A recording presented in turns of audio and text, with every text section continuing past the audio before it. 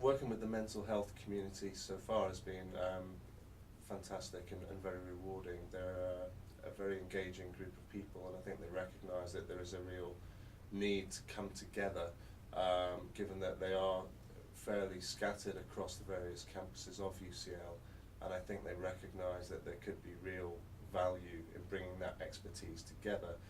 I think individually the groups do things very well and always have done, but collectively they've lacked a profile such that mental health research at UCL has not been quite as visible to the outside world as, say, its our counterparts south of the river at King's.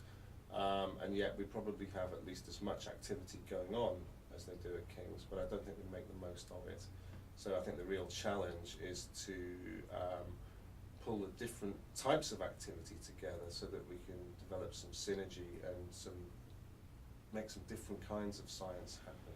At UCL we have fantastic strengths in basic neuroscience, in neurogenetics, in neuroimaging, and we also have these great strengths in cohort studies and applied mental health research. And I think one of the real wins that we could have is to start to build on some of those cohort studies and to bring in some more extensive phenotyping, to bring in the imaging, the genetics that we have, and to create some truly powerful studies. Now that would require a real commitment on behalf of the funders, because these things wouldn't come cheaply, but I think they would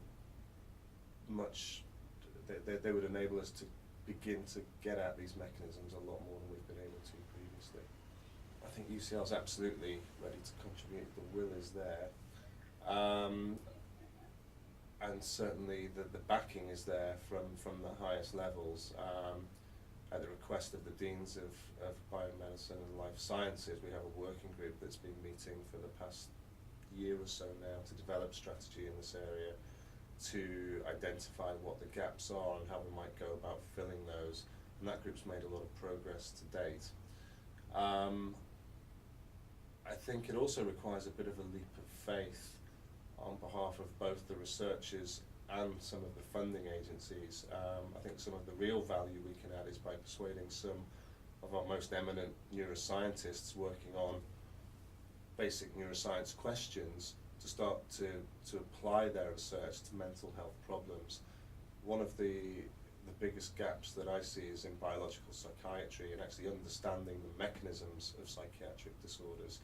And it astonishes me when I sit in these various meetings and committees and I hear my colleagues speak of these questions that have not been answered for 30 years or more. From my own personal perspective, and bear in mind that I'm not a mental health expert myself, but listening to conversations around the table, the two that appeal to me most are the issue of biological psychiatry, what is actually happening in the brain of somebody who is suffering from one of these disorders, and from my personal interest at the molecular and cellular level, what is happening.